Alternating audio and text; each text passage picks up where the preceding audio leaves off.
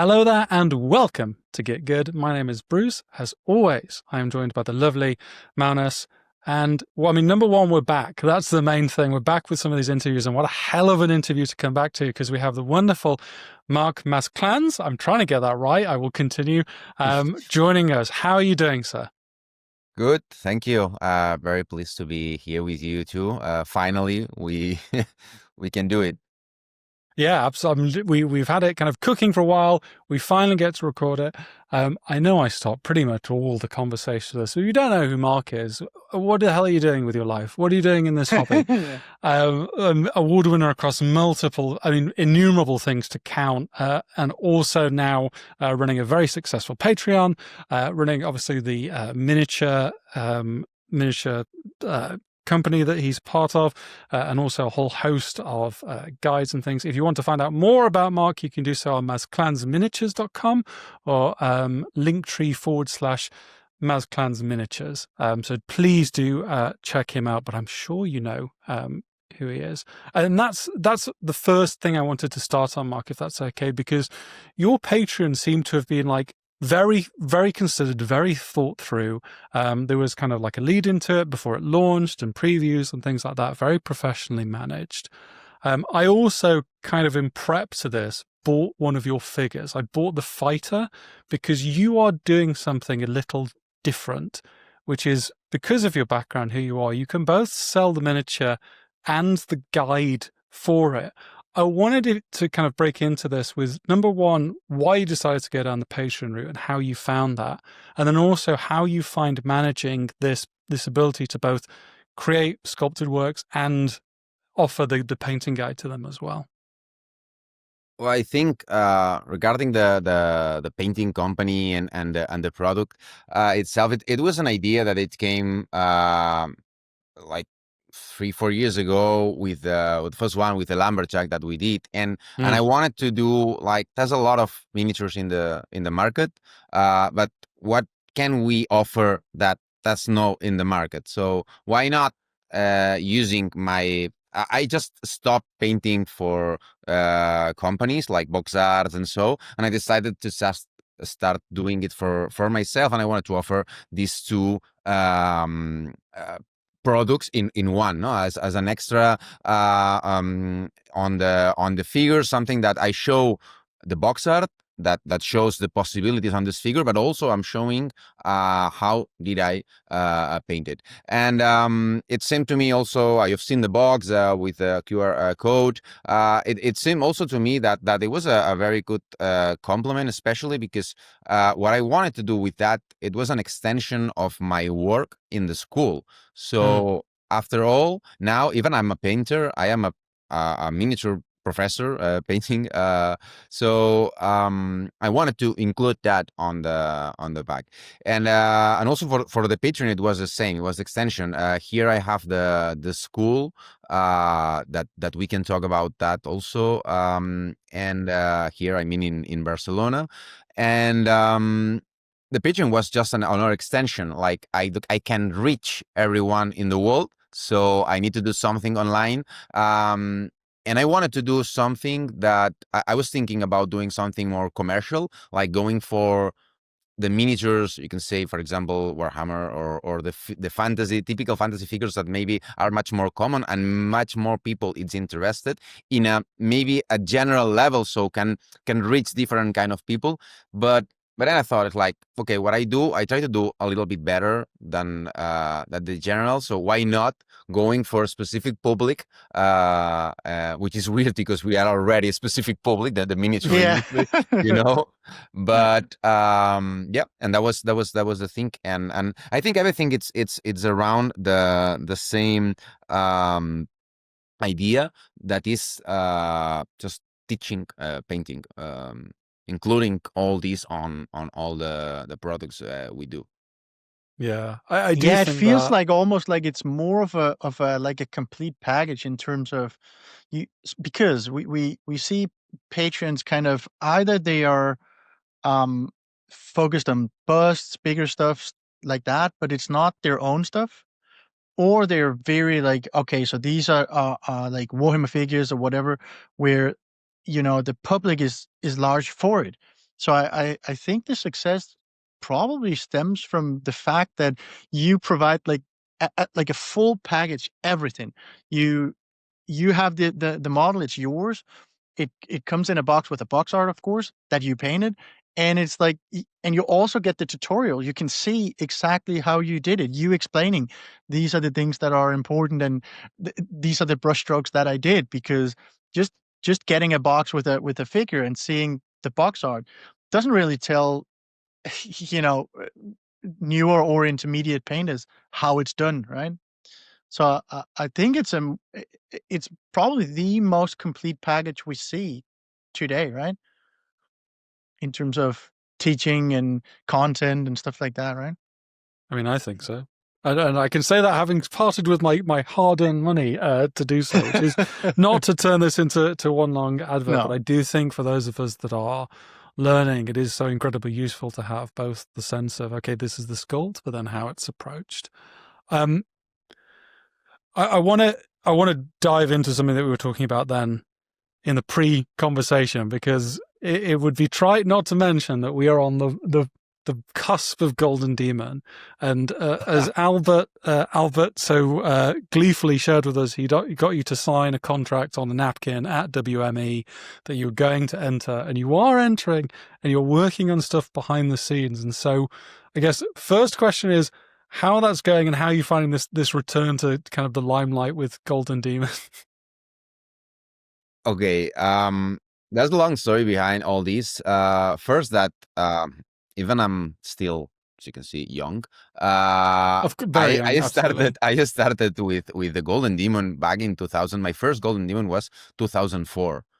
I was 15 years old, I think. Of course, I wasn't painting the way I'm doing right now, but I started back then, and the first time I entered and won a Golden Demon, it was in France in 2007. So it's a long time ago, and I would say my time in the Golden Demon was in between 2007 and 2013. Then I came back 2018 with a couple of figures, and it was a good success with Magnus. I think it's the guy, the big Yeah, with the wings and yeah, the Primarch. Yeah. exactly. And then a barbarian or so. So and it was a good. I got a gold and a bronze. And then I came back 2019 with a huge project that was very pretentious, and that was probably one of the biggest mistakes in all my career. Yeah, I wanted to ask Like about that the because thing I that saw I the feel post. more ashamed in time, of course, you learn from everything, and I think a bad miniature doesn't define the quality of the painter. The same for a good one. So it's more than that, and not a contest, of course. But I learned. I don't know. I made a mistake, and for the next years, it was like I feel that ashamed, that uncomfortable with the fact going back to a Golden Demon and bringing something that I wasn't proud of, something that I feel like this is not my painting, this is not what represents me. And yeah, I just wasn't. I didn't want to go back. And Albert insisted a lot, also because I wasn't feeling the contest the healthy way. It was like pushing myself, speaking to myself in a very bad language, like that imposter syndrome and all these things that we all have. And yeah, Albert pushed me the last years. The problem is that I was sure that if I come back to the Golden Demon, at least it's with something that I have time to finish something. I don't expect to win anything. I just expect to go there and bring a piece and say, this is what I can do, and expect that people like it.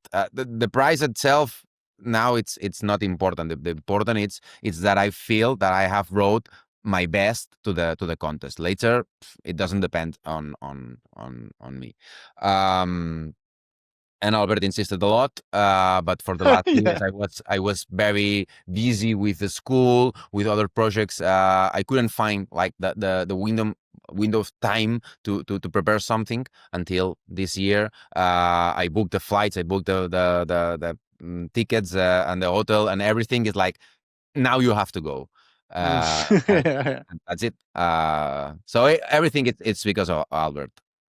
Do you think the real difference is because of time in terms of the quality of the piece, the Archeon or whatever it's called, from 2019 versus this one, or do you think that it's because in the meantime you've grown? I've grown a lot, I think since then, but we grow all the time. This is part of, or at least for me, painting. It's something that I never feel that I stop learning, and I always try. The more I learn, the more I want to learn new things, and also I realize how many things I still do not. I mean, when I go to an art museum and I look at some canvas painters' art, and I say, I don't know. I don't understand this. Even with other painters, sometimes it also happens that you see something and it's like, I really, I'm not sure I know how to do that. I am not sure I understand. So we're always learning in that. But also what we learn in the experience is how to prepare a figure for a contest. And I think that time I was like, I felt like, oh, yeah, I want to do the biggest one. And maybe I just needed to go for something that I like it, which I did now, for something like maybe smaller, but that you can really, because that time I was used to paint like big sized busts. So I thought, okay, let's go for a 28 Ah, millimeter that is big because it's what you are used, this size. The small one, the 28 millimeters seemed too small to me, tiny and not, but it was a bad decision. It was just, yeah. It's interesting, obviously, because there is sometimes the perception that these people at the top of the hobby never ever make mistakes and never ever do anything that they regret, and actually they just paint every day. Yeah, and I guess like it comes to your previous thing about, we are always learning. How do you assess your own work? Because it's interest. How do you assess? How do you look at your own work and critique it and think about improvement? Because it was a little bit interesting for me coming into this, because both Eric and Albert cited you as someone who they hold in the highest regard, and therefore there is that sense that, well, you're at the peak. If miniature painting is an Everest, you sit at the top of it, and you're still like, no, I look at canvases and I see things that I don't understand. How do you strive for improvement? I think first that this comes from inside, that the curiosity, and I think we all have that. But then it's also about feeling. I mean, you need to find every day after 20 years painting like motivation. And to me, being a better version of myself, I know it sounds like a topic, but it's something that pushes me, like trying to, and probably some time ago I wasn't paying attention to other kind of inspiration, and now I look photography, cinema, of course, canvas, not miniature. Actually, miniature is the less inspiring to me, but because it's the same field and I want to bring things from other field, other kind of color composition, even, and I know that this can be this is a debate I don't want to get into, but even some IA illustration can show I don't know, color composition than later, and it's not about using it, but if you find it, because it happens now that you're looking for your artwork, and unfortunately it's full of artwork that it's like artificially generated. So but it can bring some inspiration sometimes, you find it, no?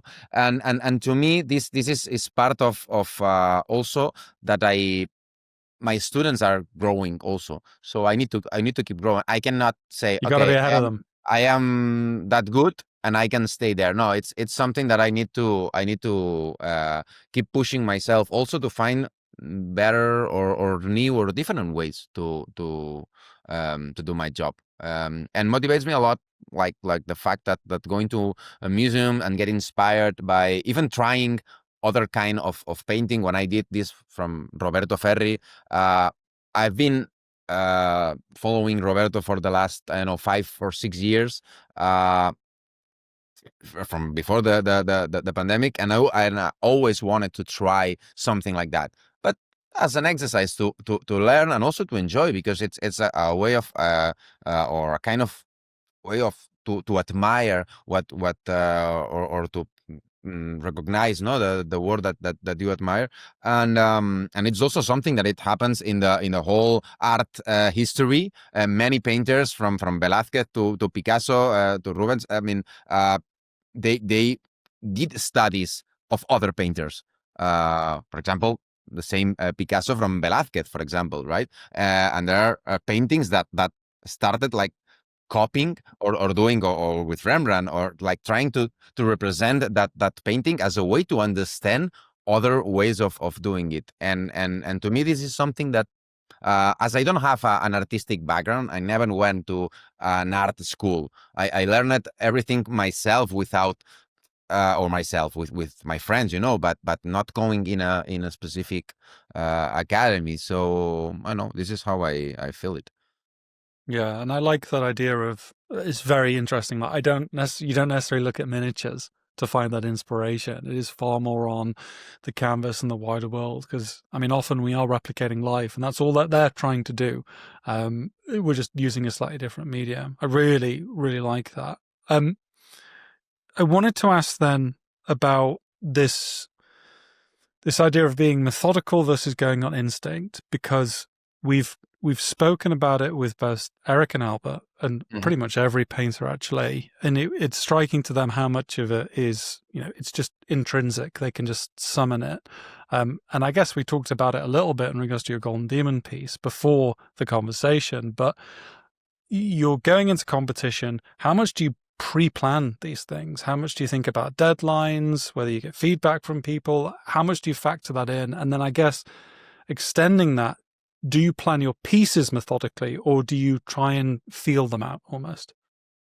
The way I plan most of the projects, it's through my iPad, my tablet, just looking for pictures. I want to do something in the jungle, and I start checking for pictures of the jungle, and inspiration comes. I don't know where I read that, but like comes when you are looking for it or something like that. So I'm looking for pictures of the jungle, but I'm not looking for something specific or something that I know. But when I see it, I know it's that. So and it appears. And the same for even for some of the designs that I have done for my brand, the contemporary pieces or so, that I was looking for some ideas, and then I saw something. Hey, this is beautiful. This is aesthetic. This can be helpful for what I want to do. So my plan starts in that aspect, no, of the searching for pictures. Later, it's true, and I started this last year. I need to plan much better the schedule, because my time is limited, and the time I have to do my job. So I need to plan like this week and a half I will do all this next week I will do that, and more or less having a structure. But it is always complicated. I mean, unless you are super and you have all the time for that, there's always other things that demand taking your attention, and sometimes you cannot spend all the time. And then for the creation, and especially for example this project, when I was doing and designing the base, I just let it flow. No, I think that creation, and I was doing that when I studied philosophy in the university, and this creation, when we do art, or when we create something, we are being nature somehow. I use some of the German philosophers, and we are like trying to there's some kind of random growing, like the flowers or the trees in the countryside, and so you're trying to do something, but then boom, it is not something logical or strict. It has to happen. I don't know, you're playing with the elements. I was building a terrain or something, and I was looking for a composition, for something aesthetic, but at the same time I was just trying to flow. So being much more organic. That's what I wanted to mean. That even when I'm painting, I'm looking for something, but I let it happen. Not like being strict, you know. So part of my planning also comes from things that even I know where I'm going more or less, I cannot decide exactly being strict with that direction. Just let it happen. And Do that's you all. And then sketch for things like yeah, on paper also the with sketch. pen and? Okay. No, the sketch directly on the figure. Actually, when Okay, I have because it I all ah, sketching, I have to do it in my mind. I spend a lot of time like painting things in my mind. Uh, so studying and making for the ferry project, I invested like 3-4 weeks just watching videos, Instagram, looking at the interviews from Roberto Ferri, trying to. I spent it like a lot of time like deciding what kind of painting I was going to use, designing the palette. Actually, it was like I want exactly this artist colors. I want these because always my palette it's very limited, and it's specific for every project. Sometimes I keep it because when I find a palette that I feel comfortable with, I keep it for other projects, and let's see how versatile it can be. But I just spend time like designing the palette. And this doesn't mean the linear progression. It means like what is going to be my white, my black, my red, my yeah, yellow, and my blue, and my green and my orange. But always working with primaries or secondaries, but finding that and I spend a lot of time in my mind thinking about that and trying to make the picture because I draw very, very bad. So I need to have it in my Some stick figures, you'll be fine. yeah.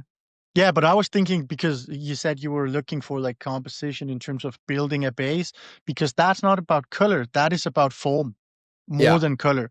So I was thinking, okay, maybe you sketch a bit, or Yeah, yeah. even physically, you put some tin foil or whatever and move it a bit, and like, okay, I'm fairly happy with this, and then you start building something, and of course, intricacies will be organic, like, Mm. oh, a stone there, a mount there, a tree there, stuff like that. But maybe some of the rougher ideas, I was wondering if that was all in your mind, or if you kind of sketched a bit, or I have an idea, but as I said, I try like things. Even for example, I'm creating a tree or something. No, I go to the forest and I get some roots and I combine them and see. And these things sometimes it's just like they combine and you say, hey, that's beautiful. And that was my point. That I think what makes us good artists, and it's the most difficult thing to train, but it can be trained.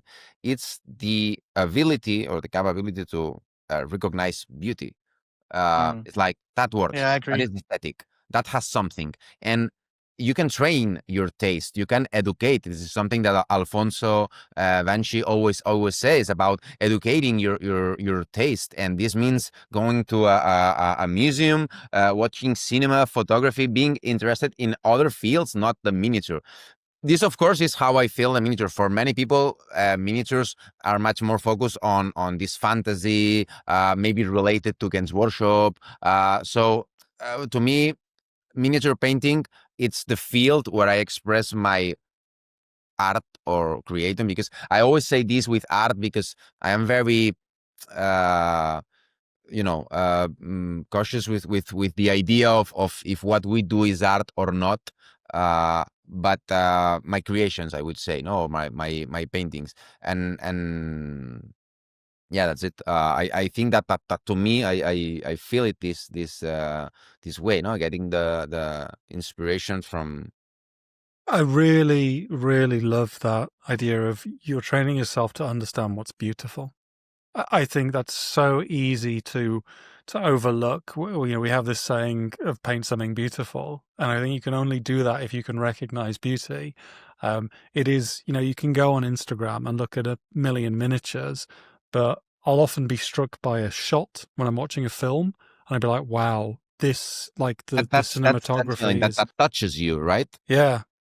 And being able to say, you know what, I'm going to use that. I don't have to use it directly. Sometimes it could be inspiration. Sometimes maybe I just like that particular color set, and that's something I'm going to take. But if you're open to it, if you're willing to look at it, I wanted to get how that relates to your students, because obviously the way that you just described it was very organic and very just taking things and understanding them and playing with them. And I guess I came from a background of that's not how I was at all. And I largely think that's why my bases were so bad for so long, because I was trying to apply like a rigid rule set to build bases. Is that something you have to try and train students out of? Is it something that is particularly hard to work with them on? I first I have to say that in time what I realized is that not all the students, and this is part of our problems with the education system in Spain. Talking about that, I don't know in general that we all go to school to learn the same way, and uh, it doesn't work exactly the same, right? So what happens is that how can I say this? We I have to understand that my students, maybe some of them have different interests when they come to the class. So some of them really want to go that way, and some others need to learn something very rigid. And I have people that is super intelligent in my I feel super pleased that all my students are very enthusiastic, and they have a lot of skills, but also people with mind that maybe in their general in the particular life in profession in their works they are excellent with what they do, but sometimes it's what you say, that they are very rigid and they apply the same rules. They use it for going to the high school or the university or something, and they say like logical, and art it's not. There is logic behind, but that's something that needs to grow from another part of the brain, and especially in miniature that we have so many people that comes from scientific or technic background, right? Mm. It's the most artistic field without less artistic people in terms of studies, right? That most of the people are engineers, or at least it happens, no? A lot of people that maybe the mind is much more rigid in learning, like A, B, C, D, and sometimes part of the and that's why I force them like watch and study and try to understand things from the inside of your soul, not in a rational way. Of course, there's something rational, and we can understand the physics behind how the world behaves and so. But on the other hand, um, and yeah, I also try just to adapt to them. If I feel now, for example, this afternoon I have class, I know exactly every of my students what they need, and some of them need to flow and to meet, like encourage them to release and be much more, and some others they need like this color, uh, well, I think that none of us learn the same way, and none of us need the same method to become better or painter. So I think that you must adapt to the way you feel that you can learn things. Because if you want to do it like someone else, your brain doesn't work that way. And you can educate your brain to work in a different way, but also it will be not the best way you get the information inside. This is my point, and this is the problem with the education, that we are all going to the school as if we learn the same. There's a method, all these people thinking about the way that they can, I'm sorry for the political, but No, I mean, No. and then there are students that maybe they are good students, but not with that method, and they are wasting their time because they are trying to learn something in a way that doesn't work with their mind. So we need to adapt. As a professor, we need to one of our jobs is understanding how it's easier for the student to learn that information. Yeah. And as a father with a daughter who has problems with the education system and how that rigid structure is delivered, I don't view it as a political statement, just a statement of fact. We are individual creatures that we need learning in an individual way. I think you keyed on to a really critical thing, which we've been talking about a little bit in our community, because we've had a lot of people attending workshops and going to these sessions, and I think we've all agreed that the key thing is to be there with an open mind, to try things that are probably way outside of your comfort zone, because you will pick up things that are maybe radically different from what you do currently, but will really help you. It reminds me, I do a lot of boring research on our subjects when they come for these interviews, and there is a post that Andy Wardle made in 2017 on Facebook. This is after Monte Sansevino, and he takes time to thank both yourself and Banshee for essentially showing him a way outside of the way he currently do things, and how that was uncomfortable, but how he sees it improves his painting. And I think, if that's someone who many people would consider one of the greats, you can still learn from that. You're never too late or too stuck in your ways to pick up something new and see if that will affect your understanding or affect your painting or your technique. So I definitely want to highlight that, because I do think it's so critical when you're taking time to learn from someone, to actually give them respect, to do the learning, and to keep an open mind with it. And as you say, it's on the teacher to understand that everyone learns differently and has to be held accountable to that. Well, and also it's important to remember that it's not like you go to necessarily a class and then now you paint like that forever. You try some things, you paint within a style, you use some colors that are maybe different, whatever, and then you take the things that you like and that are feeling natural to you, you put it into how you paint, and then you evolve that way. It's not like necessarily because I went to a Masclans class, suddenly I'm painting like that, right? No, And it's true for everyone. and this leads us to a very interesting point. If I can continue with this, Go for it. That I am not the same painter that I was 2013 or No. 2016, or my painting evolved, and I think that all the painting, even if you are going to someone else's workshop, I would learn how other painters do, or in figures, or in canvas, just to know another way, and just take a particular specific a thing maybe from that. And maybe for a time I haven't painted through these brush strokes that I try to do, or this impressionist way that I try nowadays. Back in 2016, I was already painting a lot, and doing commissions, and most of my painting was based on glazes, pottery, like very subtle. My figures were a bit pale, and I have like old figures, and I see the painting I was doing, and it was much more like the regular painting, like over a stroke, no, over refine, and this, Yeah. but not with the idea of being intentional, and being much more like with thick paint, and or different consistencies, and trying to explore. So I think that is also something that we need to understand, that there's no and even if you're learning with someone, and I say that always in my workshops, like you're taking what you need. You can copy as an exercise, but if you copy without a reflection, as a conscientious exercise of understanding what is behind all that, if you just copy without, it doesn't make sense. But also thinking that in time, now you like this, and it's like a music.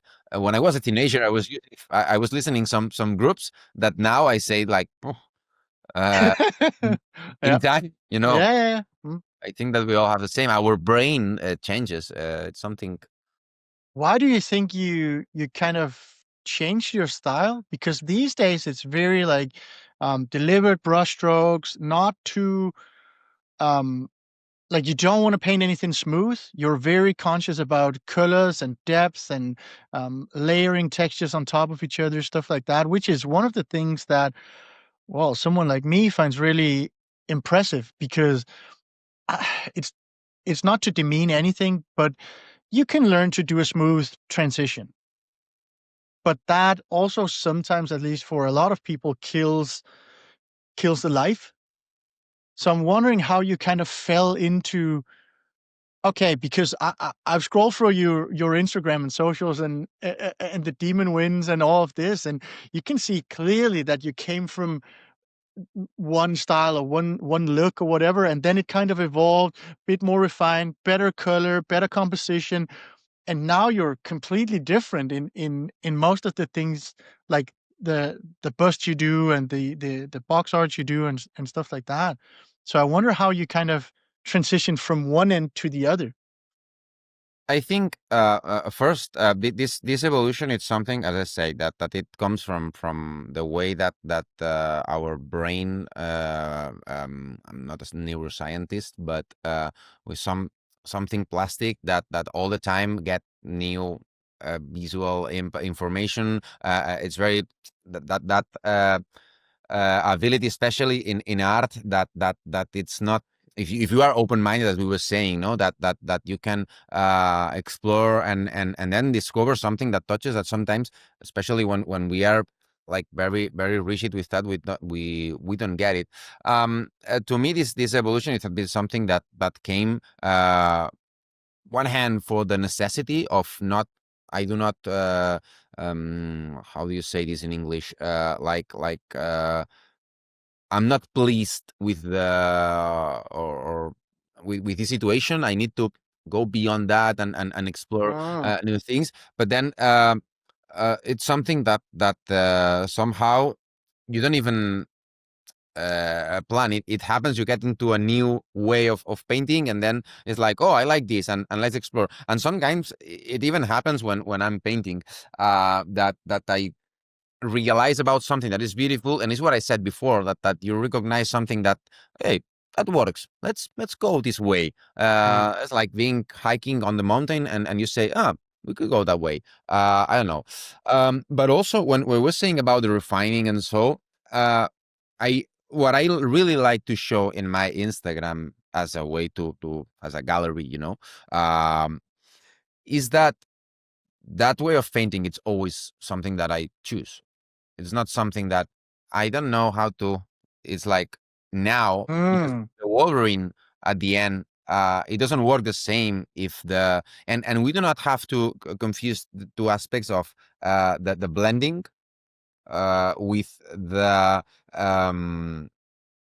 I mean, ultra blended. It doesn't mean that the progression or that there are no differentiation between the brush strokes, because some of the times we confuse the brush strokes with something that it's unfinished. But at the end, the brush stroke represent the idea or the fact that every surface has a sound.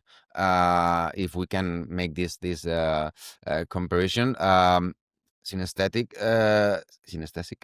and this sound, it's the texture, and sometimes we go for the stippling, but some other times maybe we do some stripes, but some other times we move. And if you check some oil canvas painting, I was looking Yeah. Marc Masclans the other day. They paints these far west clouds with I don't know if you have seen it, but if not, I'll share it to you later.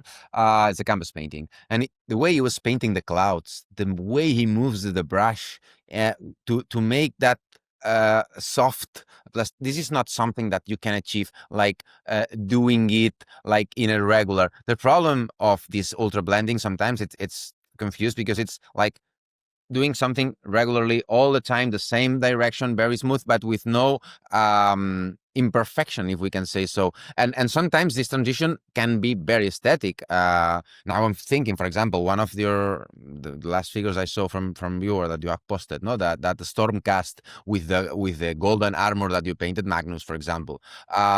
That is beautiful because also there's a lot of information in terms of the reflections, different oranges in different, and you already do some kind of texture on the surface. If you Yeah. erase everything of that texture, the surface, apart from looking more artificial and not it doesn't have that sound that represent the material that we are painting. And sometimes I think we confuse that the necessity of erasing every jump in between values or colors with the non-existence of these accents of light and this contrast that comes from the brush strokes, right? And you can see in my paintings that and the Instagram that sometimes I decide just to do like a very loose and evident brush stroke, but then the next one, if you check at the jasmine and you look at the shirt, the blending, I think it's smooth. It's something that I invested a lot of time, but maybe some other parts of the figure I want to make it like a little bit rough. For example, the Wolverine, the idea was to do. I'm sorry if I'm getting longer with this. No. This is why we are here. We are not here to cut you off. We are here to let you say everything. So if you look at the figure, the teeth and the mouth, which is a focal point I wanted to represent, it's super defined and blended.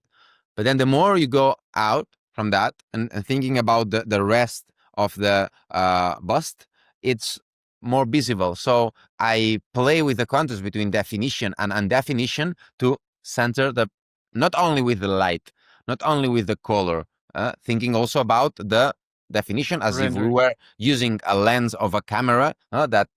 So this brush stroke can be used.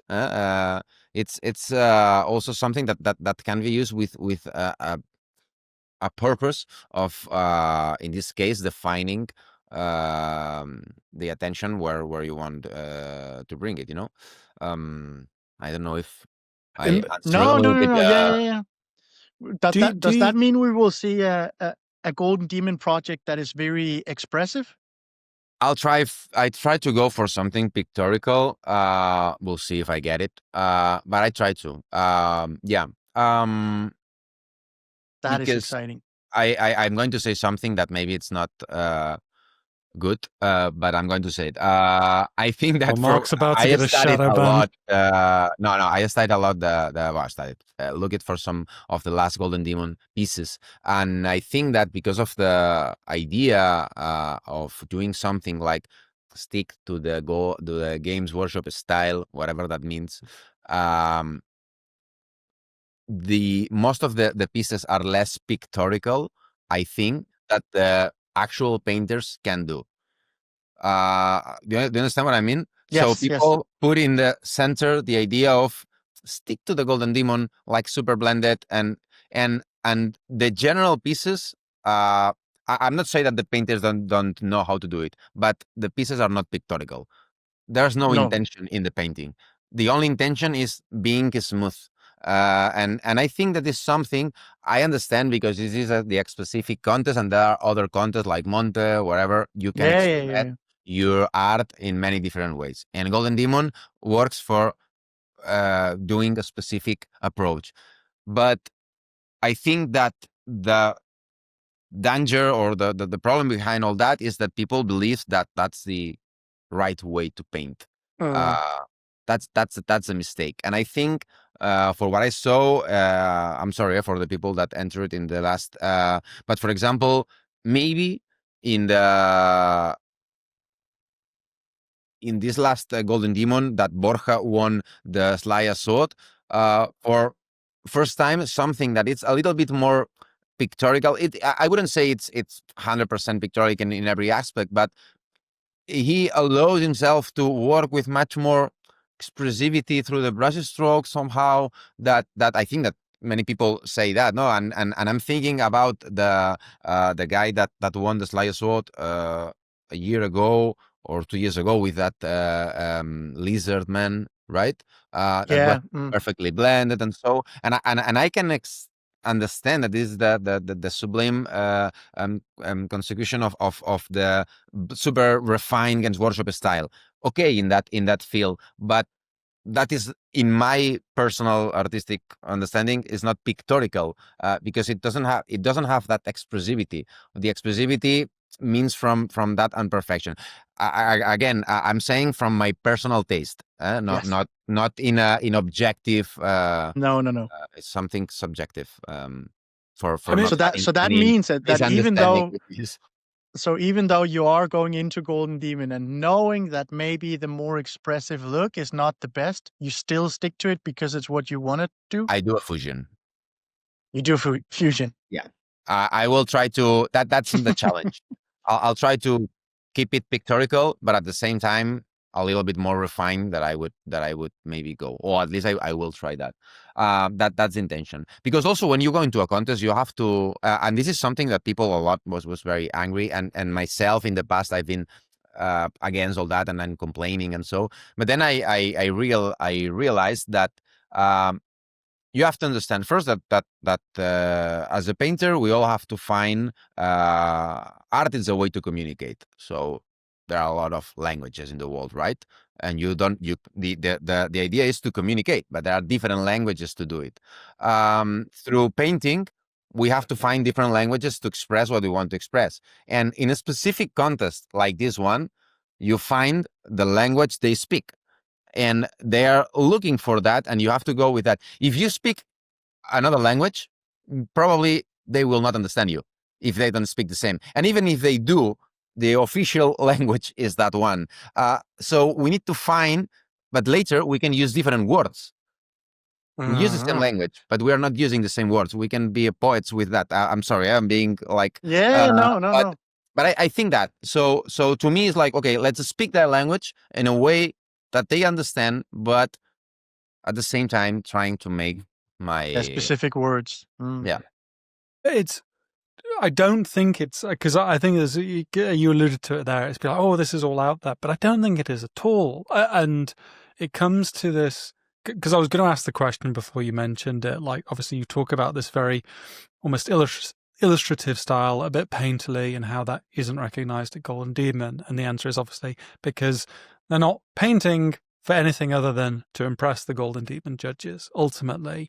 And there's a wider question then on what judges reward. And certainly in our community, where we can be a bit laser focused on competition sometimes, there is sometimes this idea of, well, a piece's worth is directly correlated to what it takes in competition, when actually a piece's worth is its own thing that is entirely unhinged from whether judges like it, from whether it suits the style of that competition. A piece that will utterly fail at Golden Demon could win Best of Show at Monte Sansovino. I have no doubt about that.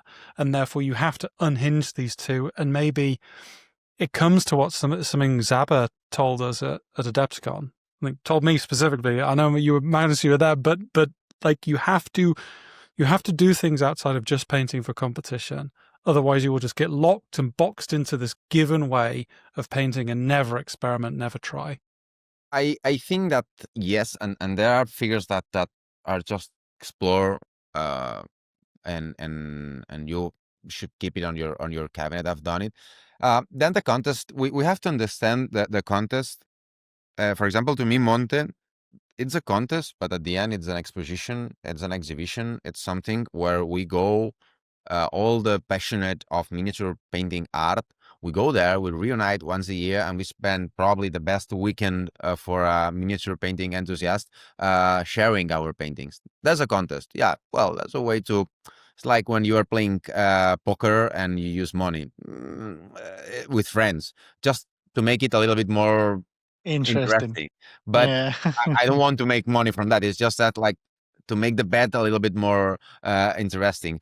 I think that the price, of course, is important, reputation, blah blah blah, and but unless there's money involved and you're making that in this contest, the important for me, it's always or it should be sharing like your project. But at the same time, we live in a world that unfortunately, and for recent things that I saw, which is good, but the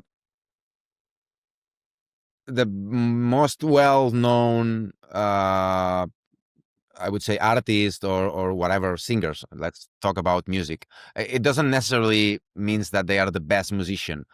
They are the best. Well, we live in a world They're the most popular. Yeah, the most popular. So we need to show our work, because it doesn't matter if you are good or not. I mean, there are a lot of people that knows. I don't mean what I'm going to say. Yeah,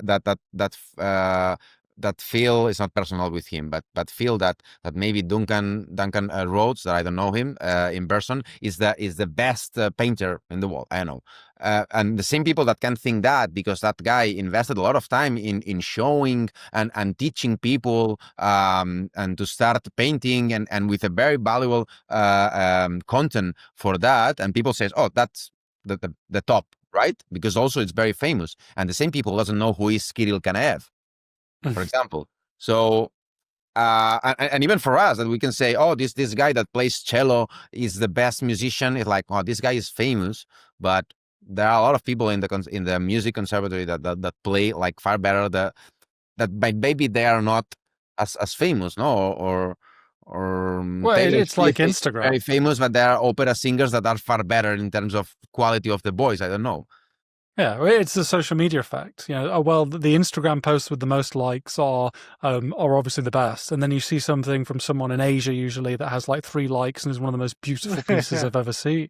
It is, you have to unhinge these things in your mind. Certainly, if you're appraising your own work. So we have to show the figures sometimes on the contest, and I think that, I mean, we have to go there with the models. But it's true that confuse that, and for a long time I have it confused that in that the quality of the figure, it comes because you had a bronze, silver, or golden, or it's not that right. It's related with the average, or with the other people, right? But not with yourself, or the piece itself, I think. I want to come in on this idea of like personal appraisal, because shortly before WME, a member of our community, Alexei, was with you. You did some teaching with him. And one of the things he said, which really struck me, is your style is such that you can basically get it to a point where you can refine as much as you choose to get it essentially flawless, if you so choose. How do you know, like when you're looking at your own work, how do you know when to stop? How do you know when to call a piece done? Uh, mm, I think that you know where to stop. I think first, because when you're running out of time, Yeah, it's the deadlines. like, no more time, it's done.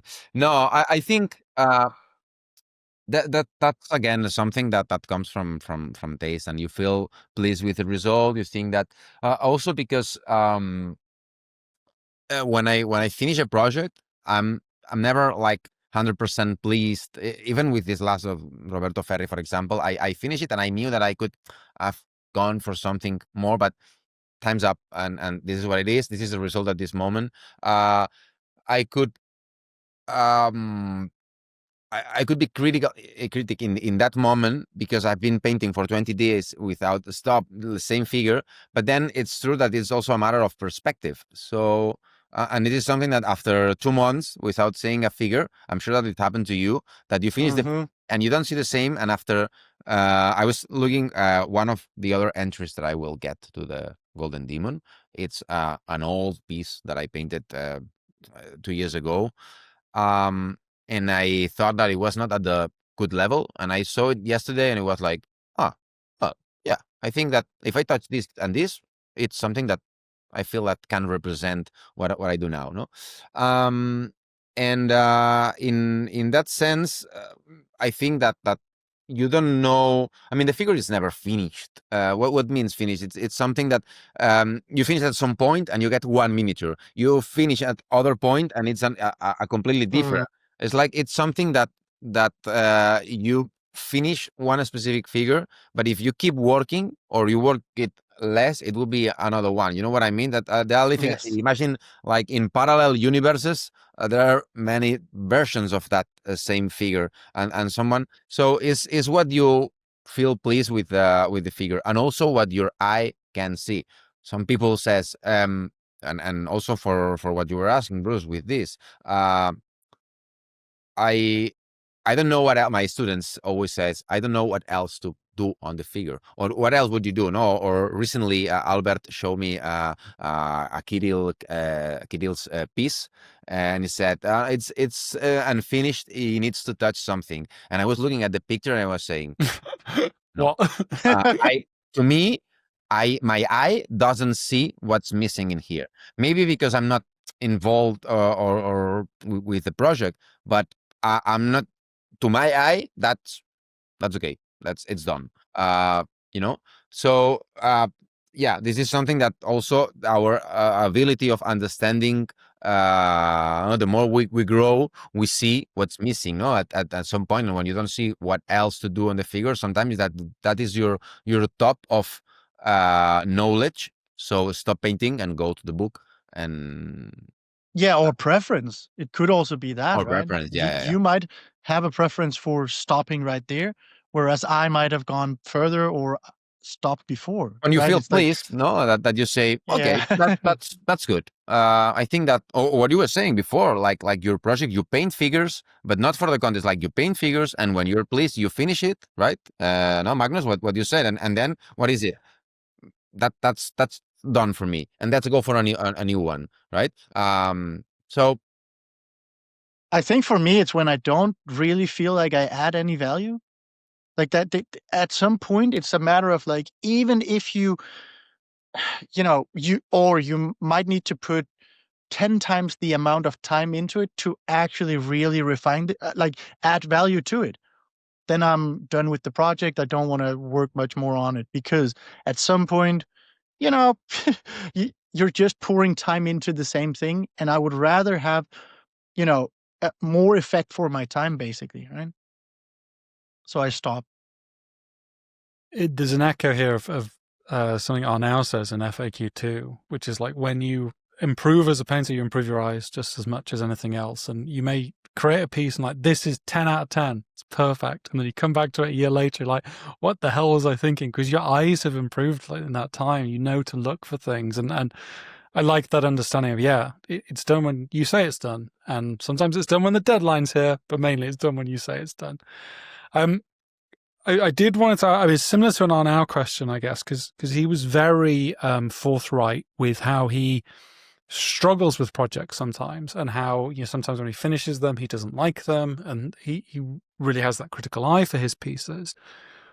Do you run into these challenges? Like for us, sometimes we talk it like creative block, or just like something doesn't feel right. Do you run into that with your painting? And if so, like how do you combat it when you're just not sure what to do on a project?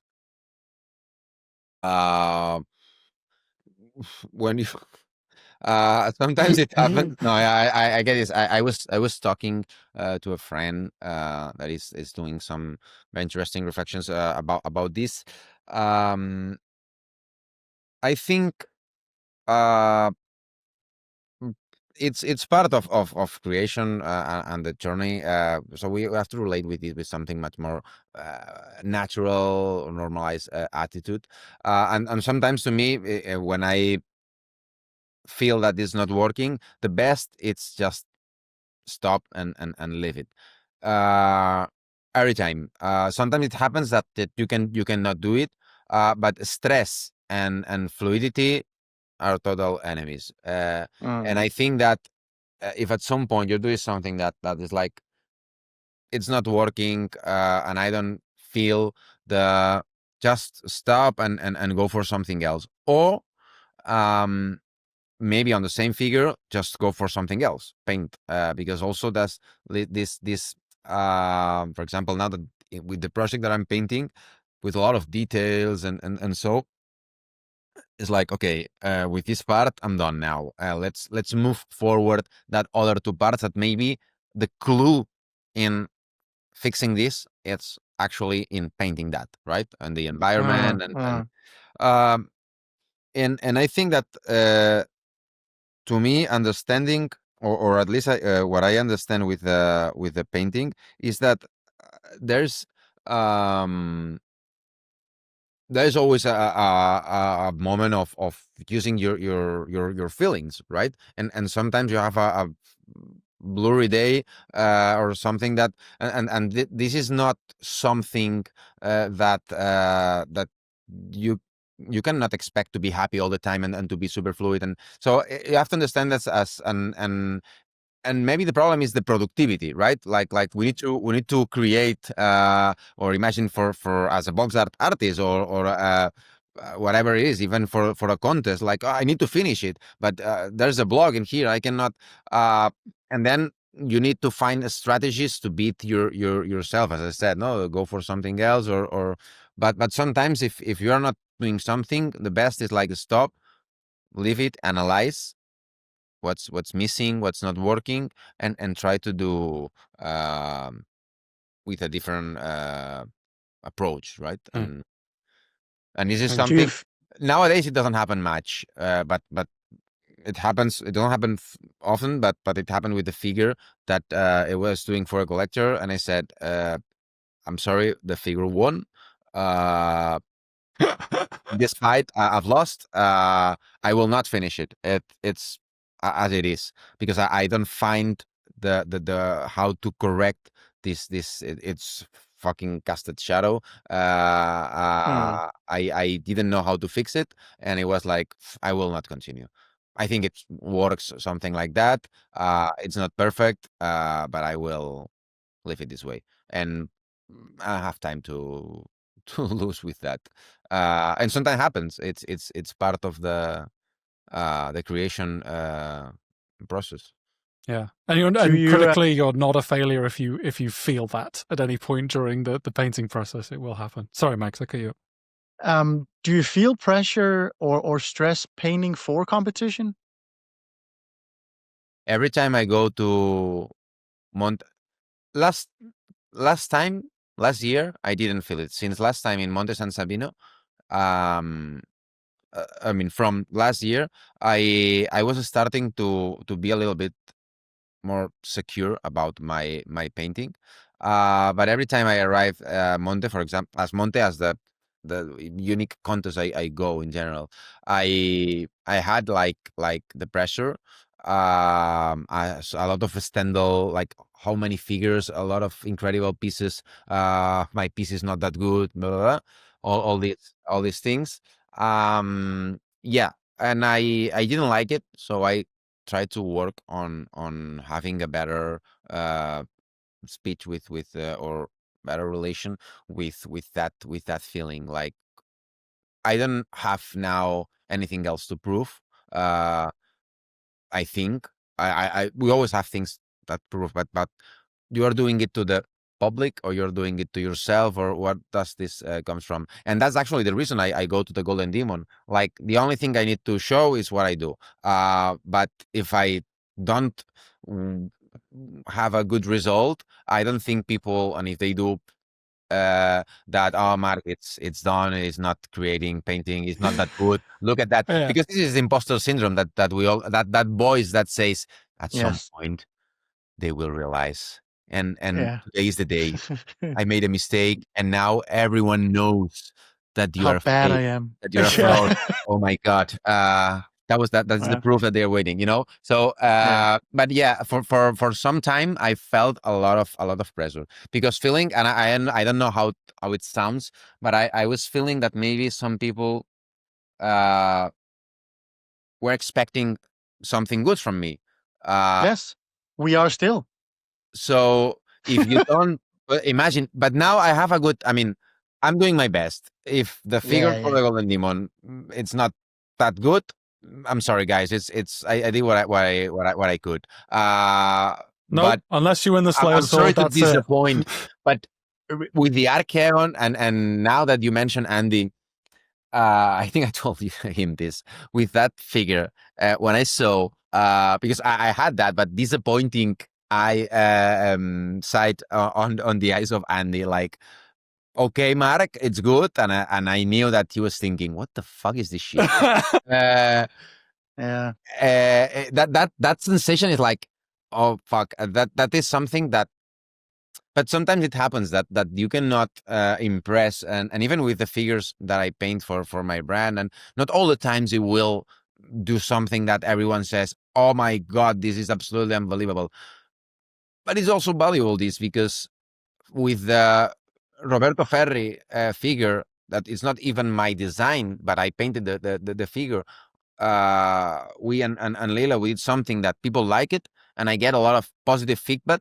So you can accept that sometimes you do something that people like it, and some other Yeah. time, but you cannot expect all the time. And if sometimes you will disappoint someone, and even with the matter, maybe some people were disappointed because it wasn't an original piece, and it was something based on someone else's design.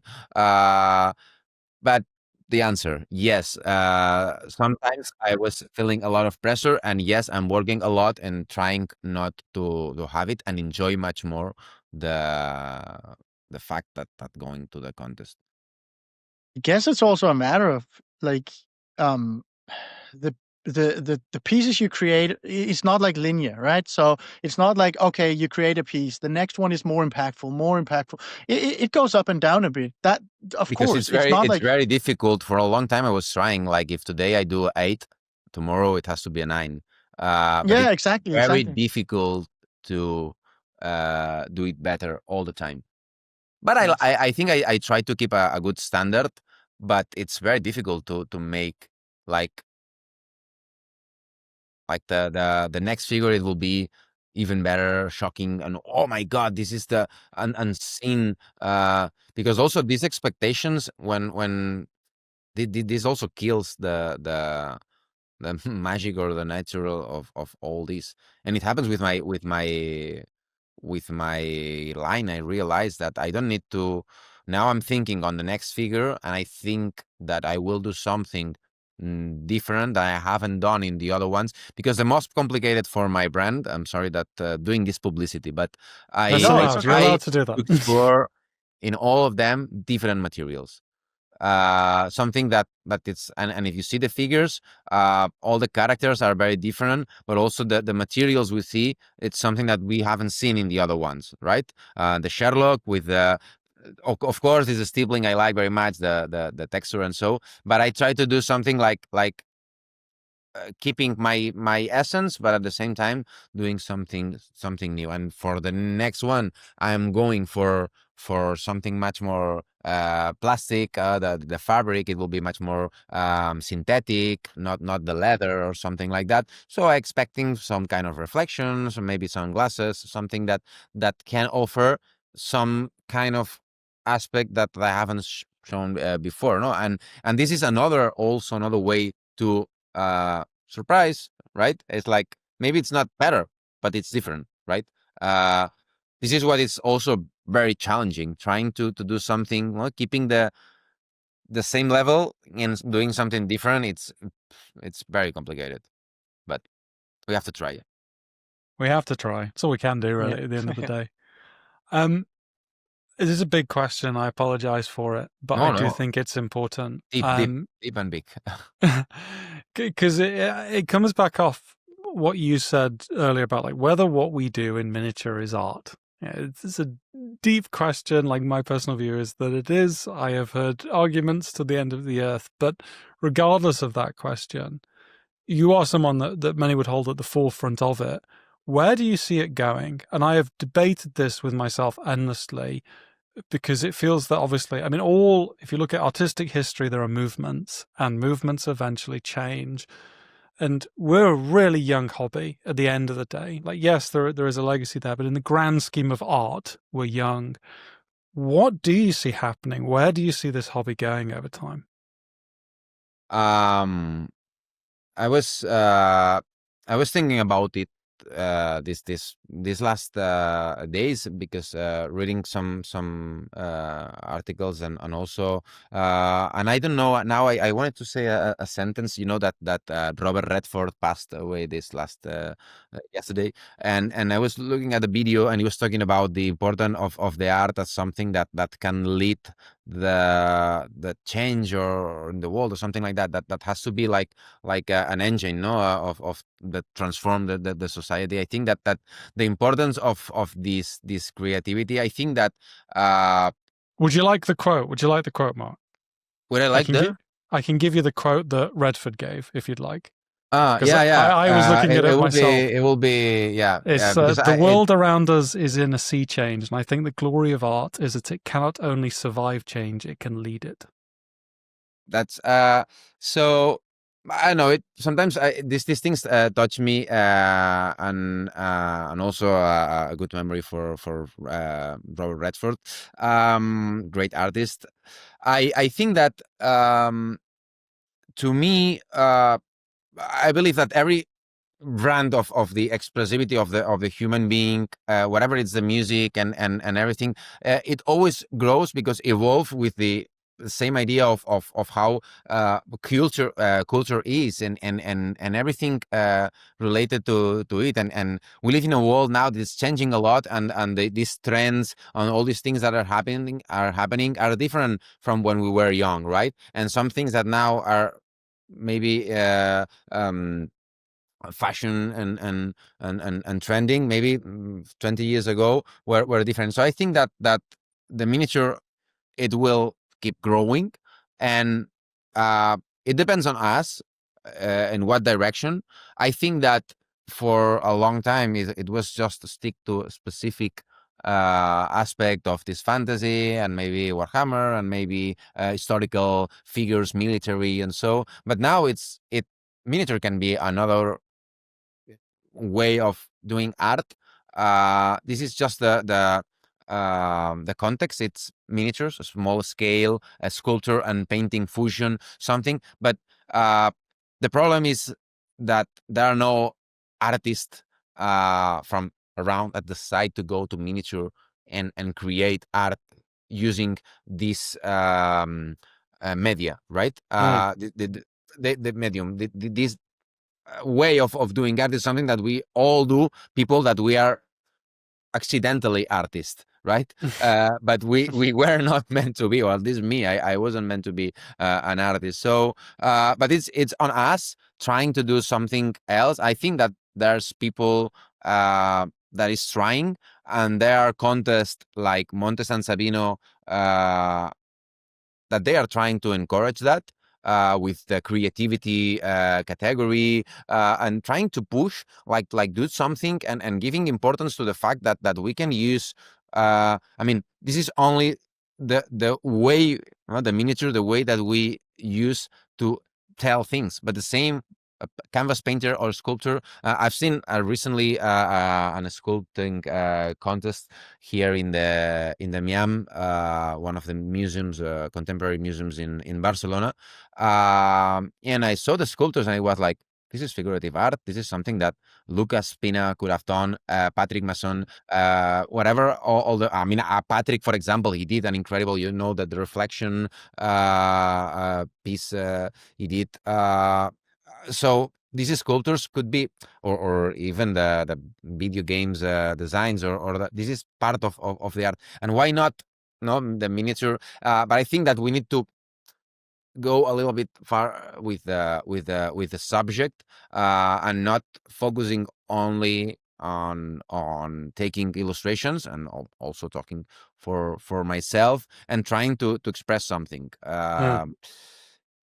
It's on us. I think that nowadays, not all the things I do, for example, when I paint figures, not all my figures are art. Some of them I think that I try to, but some others are just exercises that uh, are can be artistic or pictorial or something, but I think it's difficult to identify, because I think that art is also something like bigger than just the execution of art, uh, like craft. No, I don't know how to. You understand what I mean? I Like Yes. understand. Yeah, absolutely. to we should identify art not as everything. To me, it does not everything. You could say, no. You go to this contemporary museum and you see a banana on the wall.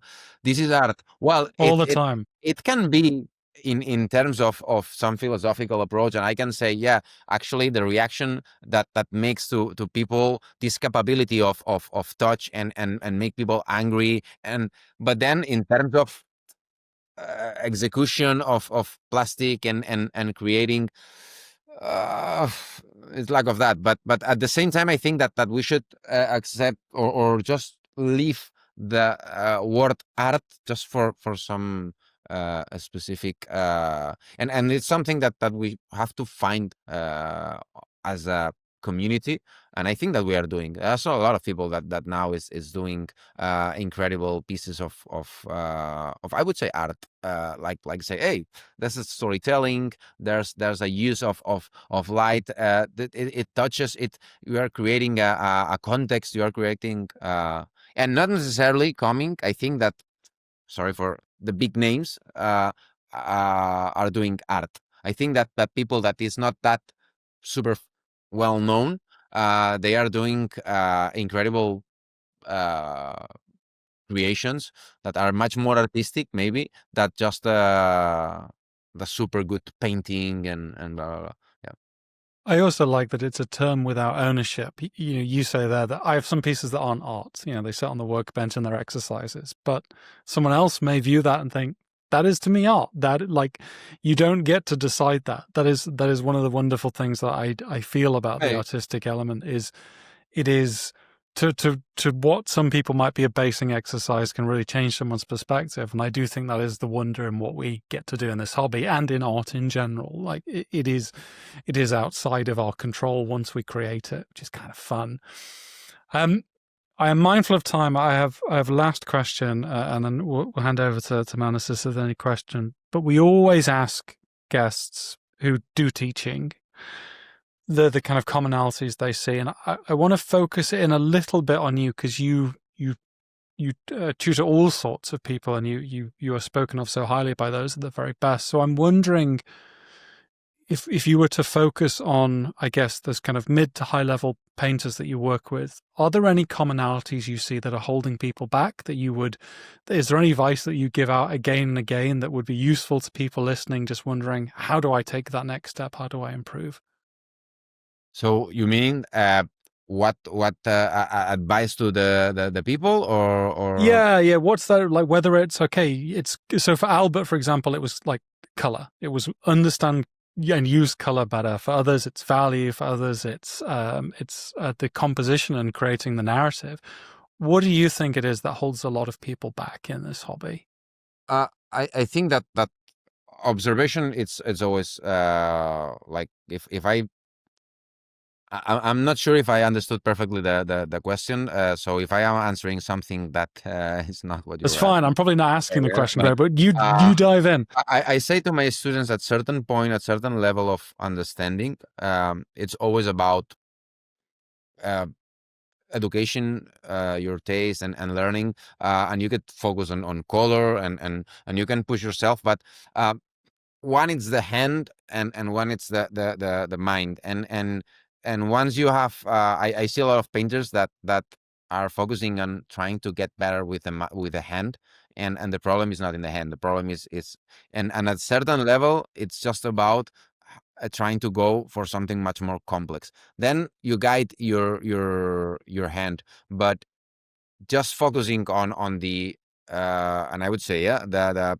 you can push the color, yeah, the use understanding of color, but if you don't educate your taste, it doesn't matter how well and how good you know about color theory and all the physical aspects. It doesn't matter, and also the use of light, and so there's also the capability of seeing something beautiful and taking to the. So to my students, I always say that observe um, everything, and try to understand the essence of the things, the essence that it's very abstract. Sometimes it doesn't have to be that complex, no, the soul or something, and then represent it.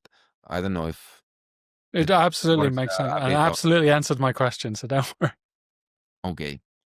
I love that. I mean, as a mimetic, I love that. It's not always the hand; it's sometimes the head. Is a good way Yeah. to think No, about it. but because actually it's for also what we were saying, Magnus. No, the idea of this blending, and nowadays, no, the well, it has always been this way. No, but the execution as that finishing better a piece, it's related to the fact that it has like a very perfect execution of these blendings and so and it it can be, but at the end this shouldn't be the goal. The goal should be trying to add more and diverse and rich things. I was talking to Alfonso about this, and I was saying once, man, in the past I was able to paint the 75 millimeters in 4 days, like, and I think it because I was used to paint or a 20 all the box art I was doing for Big Child in the past, like 28 millimeters. It's like one day, one figure, bum, 7-8 hours working, finish, and another one. And in time, I was also being able to do it a little bit faster. But then the more I get into the painting, I was getting more complicated to do. I mean, I was becoming slower with my painting. And Alfonso said, "Well, that makes a lot of sense. Your painting now is much more complex, so you're adding more information. Yeah. It's not about that you have your skills or you're getting this slower because you are less Getting old. capable. You're getting old, so Yeah. I'm still fast. I was thinking about the training of it because yesterday, well, anyway, I train with young people in the gym. Bloody young Mm. people. This is my personal life. Sorry, no one asked that, but uh, and usually my partners in sparring or something, they are 17, so it's half my age. But I'm still, and yesterday a guy saying, "Are you getting old? You're getting slow," and it was like, well, but not that, not. I mean, I think I still have some years of. Anyway, with the Then you can painting, relax. I like it. I think that it's just that is that the more complex it is, the more information, the more things you wanna do, and I don't know. Think about a video game right now that they Yeah, yeah, yeah. like super the simplicity of the video games in the back. Maybe they couldn't develop it fast because there was no technology. But nowadays, with our technology developing that, it would be very easy.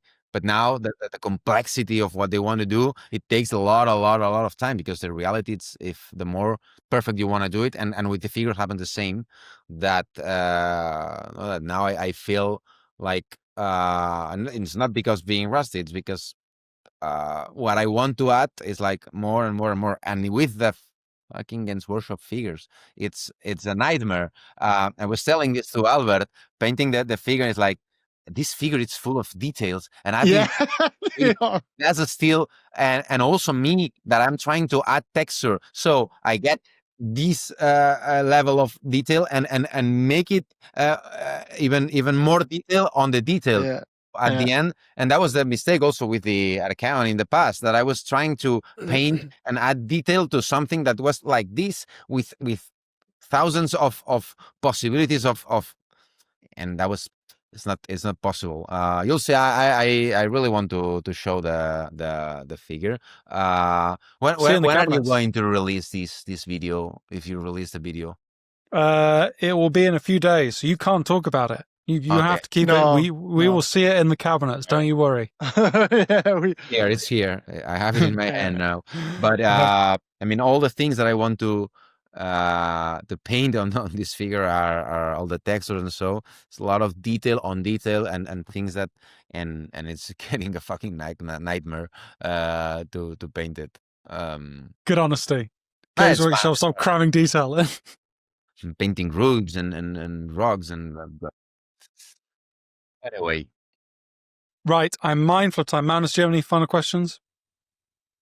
Wonderful. Then, Mark, all remains is to say thank you so much for your time. It is, you mentioned it, it's very obvious that you have this background in philosophy, because I think a lot of what we spent time talking about today is the why, which is often overlooked in these conversations. So I really do appreciate your insights and what you've shared. Thank So you. thank you. Thank you so much for inviting me. It's been a wonderful, we spent more than an hour now and it was like yeah. super fast. Thank you. Thank you for inviting and also giving me the possibility of talking about, because sometimes we have thoughts, but sometimes we don't have the channel to express ourselves, and I think that is also something that I am real thankful for offering me the possibility of talking about all these aspects in public. Is there anything that you want to shout out anywhere that people like? I like the sound of this Marc guy. I should check him out more. Anything that you'd highlight them? I mentioned the website, Masclans Miniature. Is check you out there, or you link tree. Yeah. Cool. Yeah. Nothing else to add at this Perfect moment. But yeah, keep in touch and hope to see Absolutely. in contests. Oh yeah, absolutely. Yeah, we will see Essen you is at round the Spiel. corner. I What are will we be on now? everywhere. 35 days, just to keep everyone honest, until we get there. Oh my God. So yeah, I'll pop all those links in the description. I will also try, because we've talked about a lot of pieces, and I know it's been requested, I'll try and drop links to some of those pieces in the description as well, so people can look at them in their leisure, which is something that we do try and encourage.